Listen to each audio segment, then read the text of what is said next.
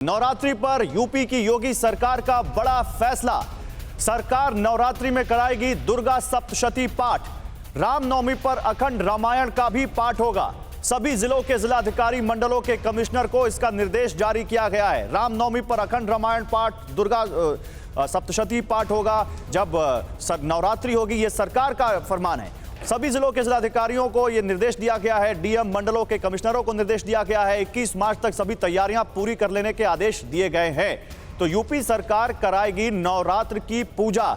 ये इस वक्त एक नया विवाद उत्तर प्रदेश में राजनीतिक गलियारों में उठ खड़ा हो रहा है, क्योंकि विपक्षी पार्टियों ने इस पर अब आपत्ति जताई है। लेकिन पहले आपको ये मामला बताते हैं, क्या है ये यूपी सरकार नवरात्रि की पूजा कराएगी, कैसे कराएगी, क्या फरमान है जिले के अधिकारियों को, ये देखिए आप पहले।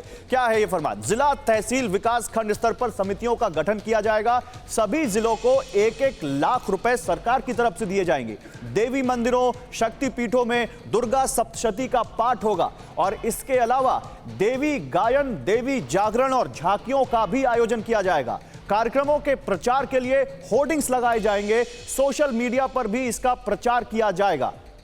और इसके अलावा क्या होगा?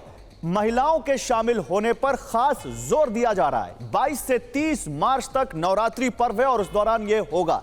लेकिन नवरात्रि पर नए आदेशों पर अब क्या इस पर विपक्षी पार्टियां क्या कह रही हैं, अब आपको यह दिखाते हैं। इस आदेश पर अब एसपी का कहना है कि राज्य का कोई धर्म नहीं होता, सरकार के लिए सभी बराबर होने चाहिए। यह अखिलेश यादव की समाजवादी पार्टी ने रिएक्शन दिया है।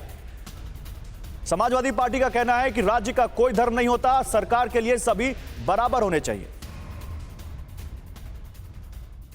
आदरणीय मुख्यमंत्री योगी आदित्यनाथ जी से समाजवादी पार्टी कहना चाहती है कि राज्य का कोई धर्म नहीं होता है। राज्य के लिए सभी धर्म, उसके फेस्टिवल, उसके कल्चर बराबर होने चाहिए, उनको बराबर से ट्रीट किया जाना चाहिए, जो कि उत्तर प्रदेश में नहीं हो रहा है।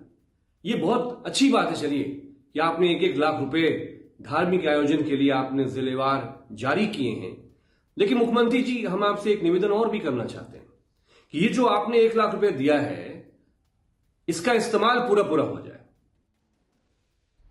और इतना ही नहीं, इस्लामिक धर्मगुरु भी इसका विरोध कर रहे हैं। यूपी सरकार के फैसले पर मौलाना शहाबुद्दीन रजवी बरेलवी का बयान आ गया है।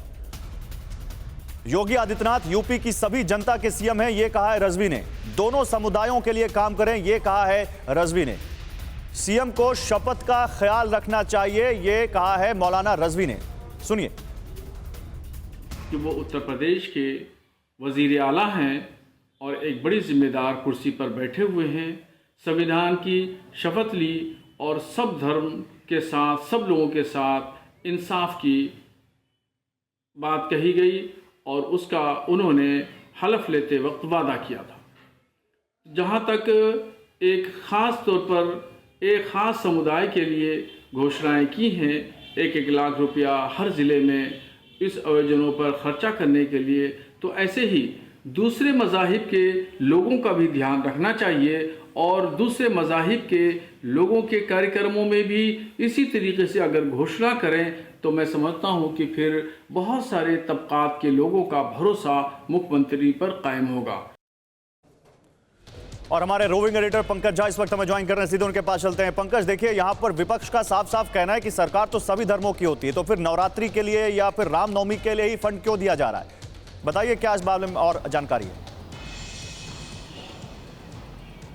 गौरव, देखिए मैं जब आपसे बात कर रहा हूं, कई ज़िलों के डीएम ने इस बात की जानकारी दी है और उन लोगों ने उन मंदिरों की पहचान भी शुरू कर दी है जहां इस तरह के कार्यक्रम 22 से 30 मार्च के बीच होने हैं। सरकार के संस्कृति विभाग से जब हमने बात की तो उन्होंने कहा कि बौद्ध धर्म के लिए भी जब वैशाखी पूर्णिमा होती है, बौद्ध फेस्टिवल होता है, जैन धर्म के लिए जैन फेस्टिवल होता है और सूफी संतों के लिए देवा महोत्सव के लिए भी सरकार पैसा खर्च करती है। लेकिन जब भी कोई सरकार बड़े फैसले करती है तो उसके पीछे कहीं ना कहीं राजनीति भी होता है और उसका मर्म भी होता है। आप जानते हैं 2024 के लोकसभा चुनाव के लिए यूपी में 80 लोकसभा की सीटें दांव पर हैं और जनवरी के महीने में अयोध्या में राम मंदिर में दर्शन शुरू हो जाएंगे। तो एक माहौल बनाने के लिए इसको आप देख सकते हैं, उस नजरिए से देख सकते हैं और ये बात विपक्ष को भी पता है और इसीलिए पूरी जो सरकार है वो चाहती है कि चुनाव जो है वो रामनामी हो और इसीलिए एक फैसला किया गया है जिसमें हर जिले में ये आयोजन करने की बात कही गई है। ठीक है, शुक्रिया आपका इन तमाम जानकारियों के लिए पंकज।